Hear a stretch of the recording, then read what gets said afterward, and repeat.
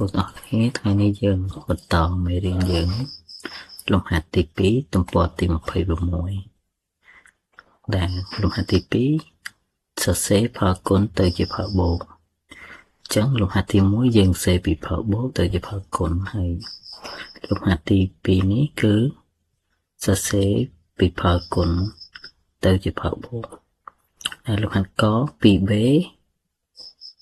ខ 4t បងប្អូនទាំងអស់គ្នាសាកគិតមើលដើម្បីសេកពីផលគុណទៅផលបូកបានតើយើងទៅធ្វើយ៉ាងម៉េច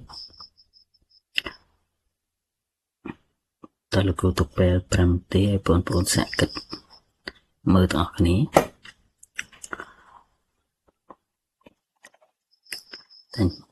ចឹងដល់ម៉ោងហើយលោកគ្រូបន្ត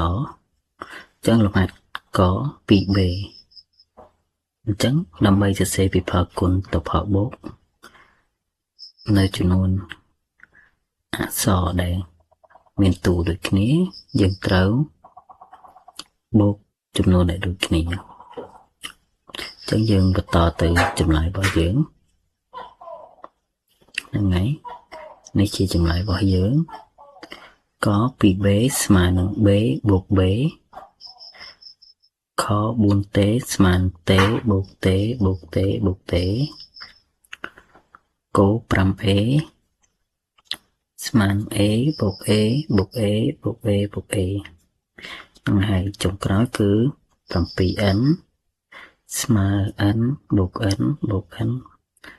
បូក n បូក n បូក n បូក n អញ្ចឹងដើម្បីបំលែងពីផលគុណទៅផលបូកយើងត្រូវសរសេរតួនីមួយៗគ្រប់ចំនួននៃមេគុណហើយនឹងគ្រប់ចំនួននៃផលបូកអញ្ចឹងលំហាត់ទី2របស់យើងមានតែប៉ុណ្្នឹងទេសូមអរគុណ